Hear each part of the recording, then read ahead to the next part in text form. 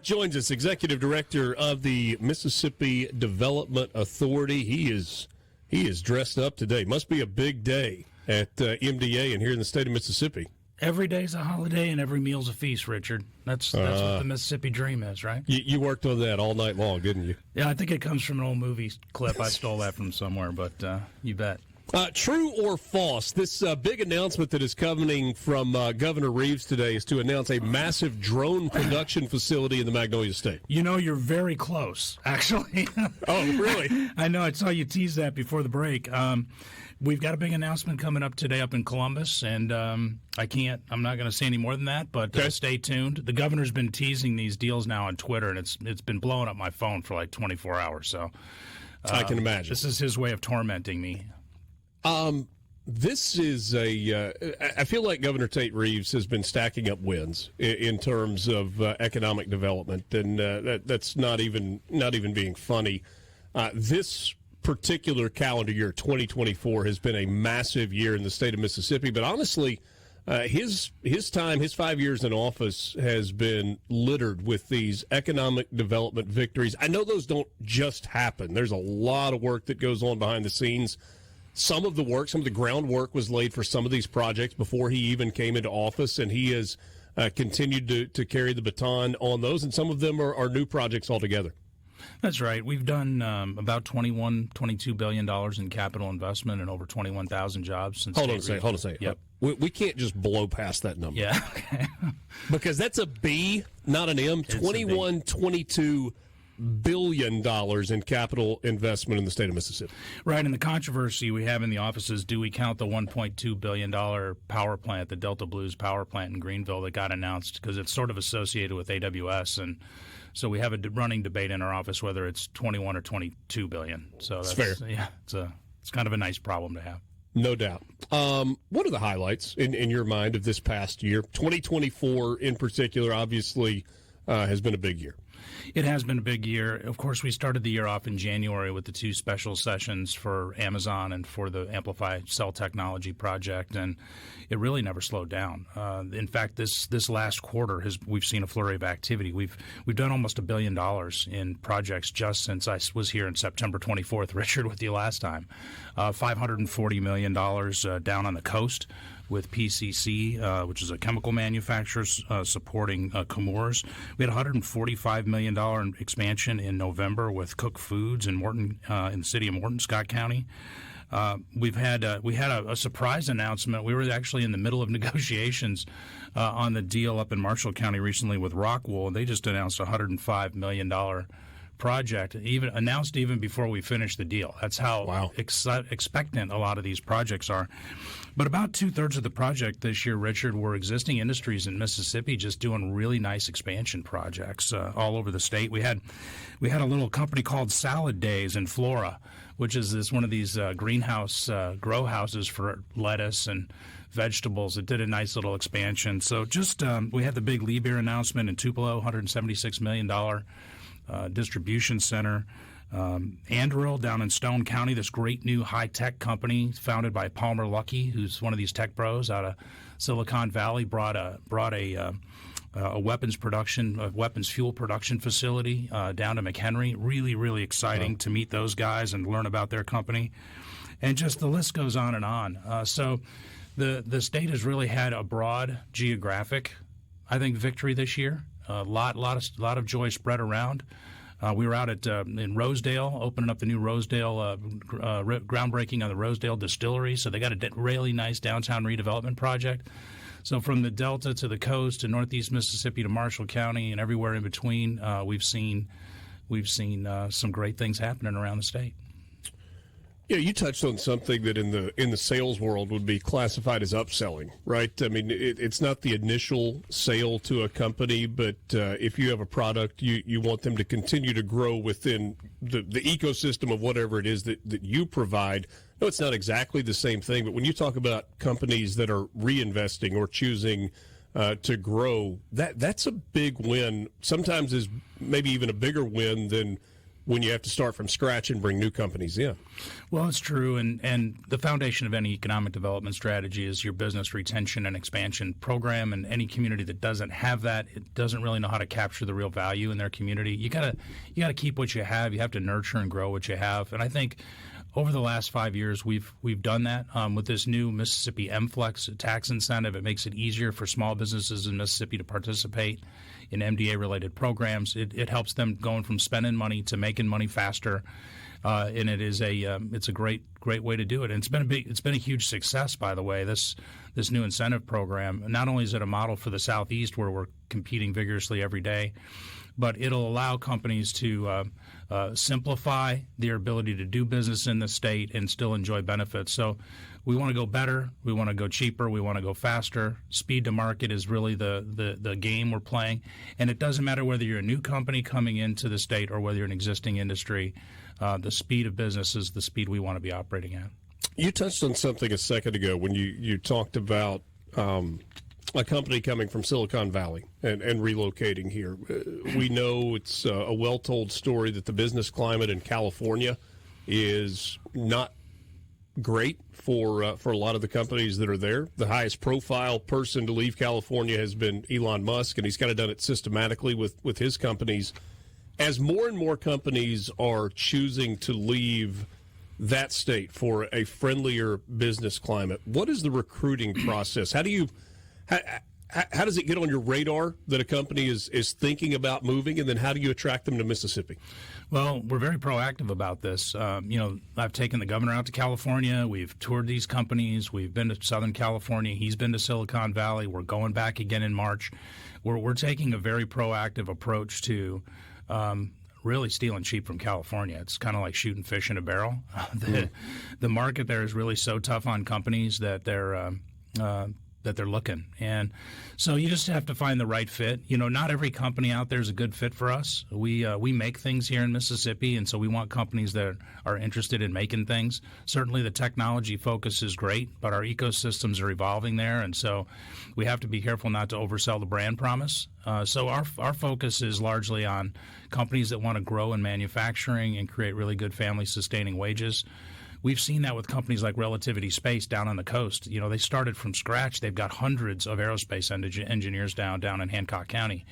And that took about 5 to 6 years to really evolve that relationship and to grow them here. But that was a Silicon Valley, Southern California steal, and it worked. It's been working out fantastic. Ocean Aero, another one, we were able to steal from San Diego, and they moved their corporate headquarters to Gulfport. This is a water-based drone manufacturer, surface and subsurface drone manufacturer. So, Edelbrock, up in Marshall County. So drones that go down instead of go up? Yeah, they cruise around on the surface of the water, and then when they get spotted, they can dive down like a submarine. Really, really cool technology. Wow. Edelbrock, they moved their headquarters out of California to DeSoto County, and they've got they make all kinds of custom parts for race cars. So they just got tired of the grind in California and came this way. So the list like that goes on, and that's something we're real excited about. But again, we want to find a good fit. Many of these companies they're closely held, they're family owned. In some cases, they want a personal touch. And that's what Mississippi can offer that a place like Texas, which is a giant, vacuous space, can't necessarily offer. Is there a self-fulfilling success story that's here as well? As more companies make the transition and they have success in making that transition, the sales pitch becomes a little bit easier? Well, it's the word of mouth. You get enough people that are new to Mississippi and they experience the great joy of living and working here and building their companies, and they tell two friends and they tell two friends and so on. And that's this momentum that the governor speaks about is real. I think the Mississippians can feel it. We can feel sort of a different vibe now in the state. But I'll tell you, outside the state, external parties are seeing it too. I mean, I get calls all the time as what is going on in Mississippi, and I know we've talked about that on the show before, but it's real, and it's not over yet. We have some big announcements coming. I'm trying to get a huge deal across the finish line before the end of this year, which could double the numbers we're talking about for this year. So it is huge opportunities that are happening right now, and we're very excited about it. The 22 billion that you referenced a second ago, is that in the 5 years? That's the 5 years, Richard. Okay, yeah. that's the 5 years. And so where are we this year? This year, just pulling the numbers this morning, we'll be, with the power plant at 1.2, we'll be at 14.6 billion just this year. And a chance to double that number before the calendar closes? Almost double it before New Year's, yeah.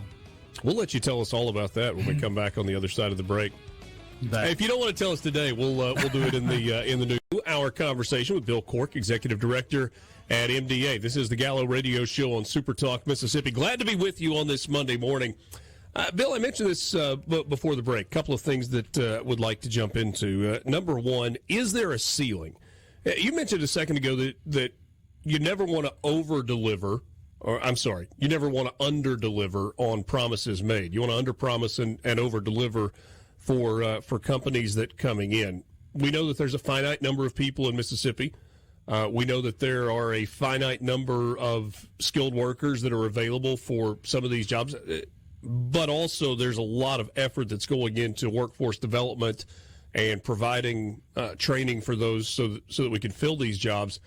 Do you worry about hitting a ceiling, saying, okay, we want to continue to bring these projects in, but how do we continue to follow through on the workforce piece of it? Well, I think the workforce arguments are, strong, but I really don't come from a position of scarcity, Richard. I think we have to come from a view of abundance in Mississippi. We've got an abundance of amazing real estate. We've got great partnerships on power and energy. We have such an attractive place to live, work, and play. We have to be thinking about how do we grow our state's economy and develop our communities so that people want to move here, and those that are here want to stay here. And so I don't want to put an upper limit on that. I think we should be doing everything that we can and really recognize the abundance that we do have.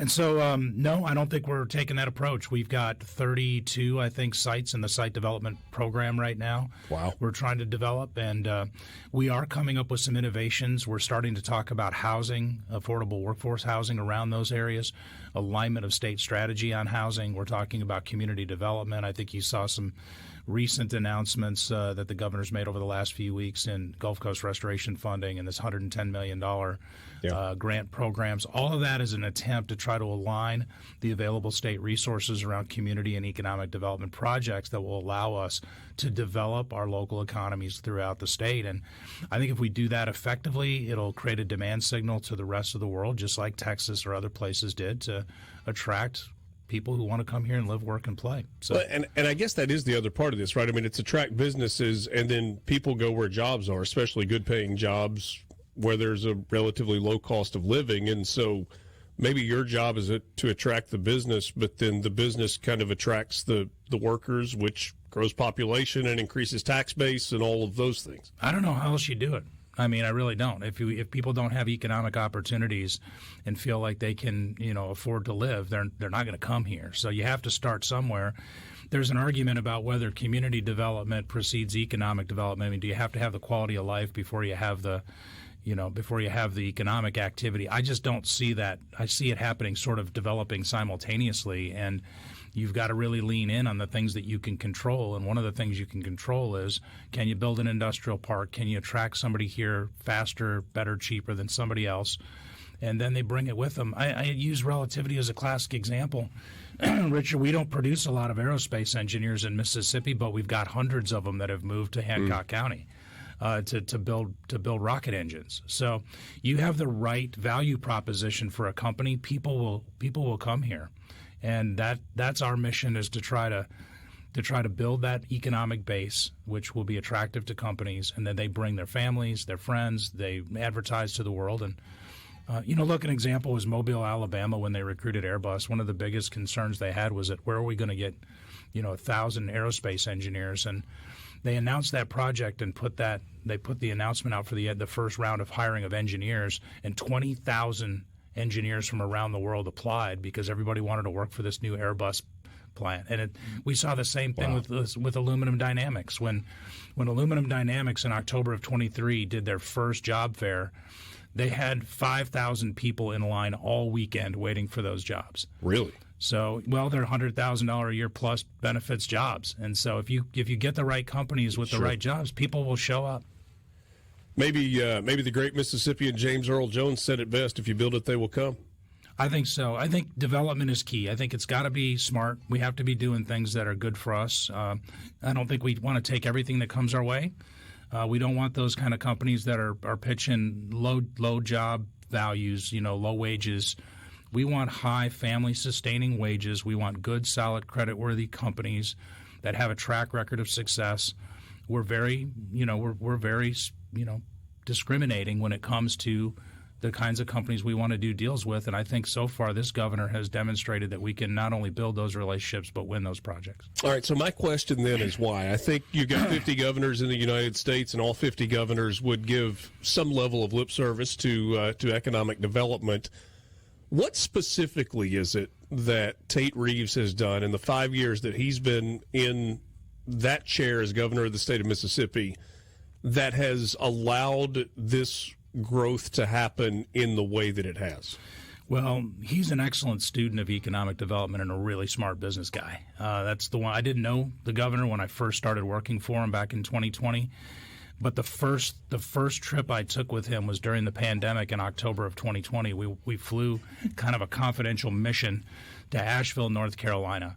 And in that room for a Saturday morning, we held a summit with a roundtable of site selection consultants, some of the world's best site selection consultants. These are folks that work with companies to place them in various states in the Southeast. And in that morning session, he had a brutally honest conversation with these folks on what it's going to take to win. And they told him a couple of things. They said, number one, you don't have enough product. You have to have industrial parks. The second thing they said is your tax environment isn't as competitive as some other states in your area. You've got to work on your tax incentives because we didn't have the right taxing structure. Workforce development was a continuous theme. You're not known. You've got competitors in Alabama and Louisiana who have branded workforce development programs. You don't have one. It's harder to sell. You do a good job, but it's a harder story to tell. You need to fix that. And the list went on and on. He even asked very personal questions like, who's the best economic development governor you've ever worked with, and what was their secret to success? He had those kind of conversations the very first year he was governor in the middle of a pandemic. And since that time, he systematically worked with the legislature to go down that list and solve for those problems. He built the site development grant program with the legislature to try to address the product deficiencies. He worked with the legislature to establish Accelerate Mississippi, a branded workforce development program, and brought really top-notch people in to run it. We did the MFLEX incentive, which is the reconfiguration of the tax incentive programs. He's taken a personal touch. I mean, one of the personal touches, they asked him, he asked who the best economic development governor was at the time that they had worked with, and it was Nikki Haley in South Carolina. And he said, why was Nikki Haley the best governor? Because she would give them her personal cell phone number, and they could call her at any time. So the governor had business cards printed with his personal cell phone number, and now when he meets with site selection consultants, he gives it to them, and they have direct access to him. These are the kind of things that it takes to win, Richard. It's this is not rocket science, but it is a science. And this governor has put together a program and hired the talent and brought people in who understand it, mobilized the communities, and has essentially over the last 5 years built a system that's like a winning offense for a football team. You're a sports guy. I mean, all right, so plan. It's funny you say that, because I was actually going to say, forgive a sports cliche here. One you hear all the time is the quarterback gets too much of the credit when things go well and too much of the blame when things go poorly. In the SEC, you still win football games at the line of scrimmage. That's right. Is the legislature the line of scrimmage in this analogy? The legislature has done a fantastic job of responding to these needs. Now, it took a long time to bring everybody along on this. The governor was opposed when he was lieutenant governor, and I was down in Hancock County. This was a guy who was opposed to giving grants out to communities for industrial park development. Okay, I mean, look, and he'll admit it. He will admit it. But he's also a very pragmatic guy, and I think a lot of the legislators, once they saw the success starting to happen, they're like, hey, this actually works, And so I think I give credit to both the governor and the lieutenant governor for being the quarterback and the full line. He's also brought in some really good specialty players. He understands economic development as a professional sport. You got to have the right people at MDA and Accelerate Mississippi.